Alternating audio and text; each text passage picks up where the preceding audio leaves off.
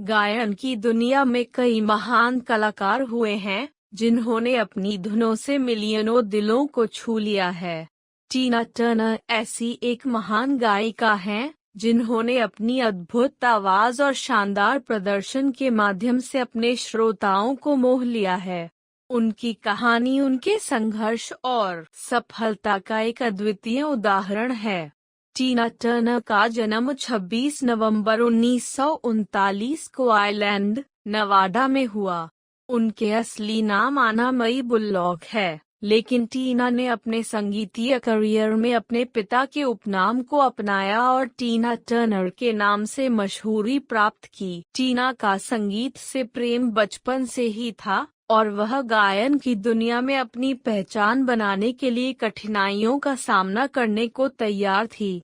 टीना Turner ने अपनी career की शुरुआत अपनी जवानी के संगीत समूह आना मई बुल्लॉक एंड द आइकेस के साथ की। उनकी पहली सफलता उन्हें 1960 के दशक में मिली जब उन्होंने आचर लेस गाने को रिलीज किया।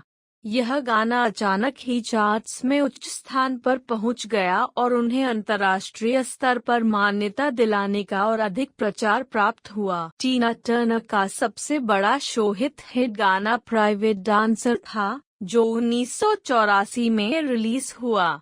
यह गाना उनकी खुद की लेबल वाटरजी से रिलीज हुआ था और वह एक आधुनिक रॉक और पॉप क्षेत्र में एक महत्वपूर्ण पहलू बन गया। इसके बाद उन्होंने कई और सफल गाने जैसे we don't need underwear, what's love got to do with it और सिंपल दे बेस्ट को भी रिलीज किया। टीना टर्नर का मार्क्सवादी संगीतीय अनुभव और उनकी आंखों में उजाला इतना प्रभावशाली था कि उन्होंने एक पूरी पीढ़ी को प्रभावित कर दिया। उन्होंने विभिन्न अवार्ड और सम्मानों का सम्मान प्राप्त किया और संगीत इतिहास में अपनी अलग पहचान बनाई।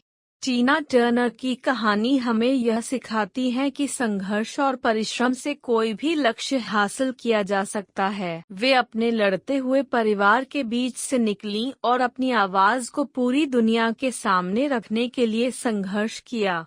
उनकी आवाज और प्रदर्शन क्षमता ने उन्हें महान गायिकाओं में से एक बना दिया और उनकी लोकप्रियता सदियों तक बनी रही। टीना टर्नर का योगदान गायन की दुनिया में अद्वितीय है और उनकी महानता अब भी हमारे दिलों में जीवित है।